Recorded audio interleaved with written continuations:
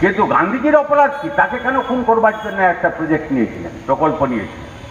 তার কারণ হচ্ছে একটাই, যে কারণটা হচ্ছে উনি দেশভাগের বিরোধিতা করছেন।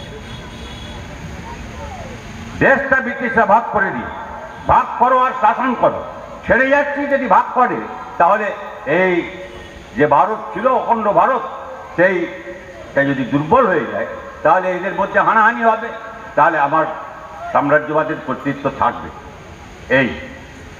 এই জন্যেই তারা এটা করেছিল। আর সেই ভাগের পক্ষে আরএসএস, রাষ্ট্রীয় স্বয়ংসেবক সংঘ, তারাই প্রথম প্রস্তাব দিলেন। তারপরে জিন্নাহ, মুসলিম লীগ, তারা বললেন হ্যাঁ হতে পারে। তাহলে ওরা তো ছিলেন না, প্রথমে এরা বলেছেন, তারপরে ওরা বলেছেন, তারপরে যা হলো আমরা জানি, দেশ ভাগ হল। আর সেই প্রকল্প, তারপরে দাঙ্গা লেগে গেল। আমি বারবার মনে করিয়ে দিয়ে সব কথা, পুরনো কথা কিন্তু মনে রাখবার জন্য, ইতিহাস বিস্তৃত জাতি যারা ভুলে যায় ইতিহাস, পুরনো ইতিহাস, সেই দেশ জাতি এগোতে পারে না। ইতিহাস মনে রাখতে হবে। ইতিহাসটা হচ্ছে এই যে দেশ ভাগের পরে দাঙ্গা হলো এখানে থেকে ওখানে।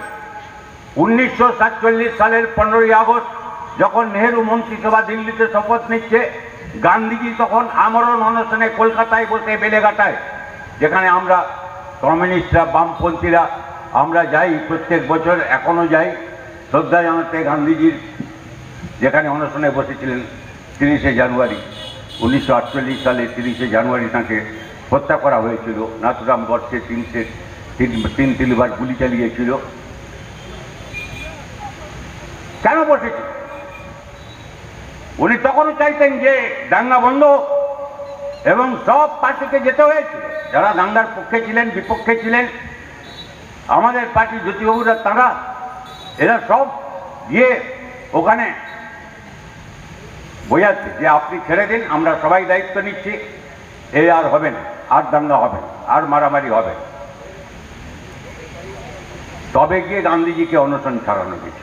নেহেরু ওখান থেকে ছুটে এসেছিলেন প্রধানমন্ত্রী হয়ে, বাপুজিকে না পারেননি। কিন্তু এ সবাই যখন বলল, উনি দেখলেন, খানিকটা বিশ্বাস জন্মালো, আর কোথায় দাঙ্গা হচ্ছে তার বিরুদ্ধে।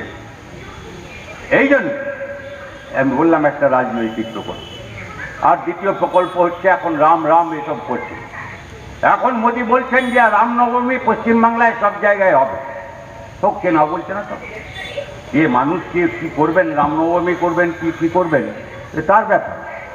মোদী জানেন না উনি ভালো করে যে ওর কি বলে জন্মের অনেক আগে